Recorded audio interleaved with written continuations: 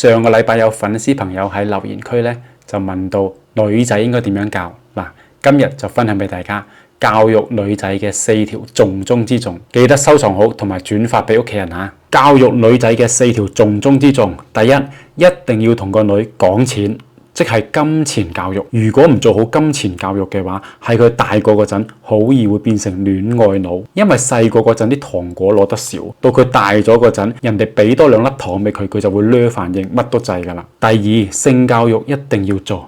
有幾多女仔嘅第一次就係喺學校隔離嗰啲污糟邋遢嘅賓館嗰度冇咗㗎，而且嗰個男嘅到最後都唔係娶佢嗰個。如果老豆老母唔教嘅話，等到嗰個社會去教佢嗰陣，個代價可能會好慘重。第三，生死嘅教育一定要趁早。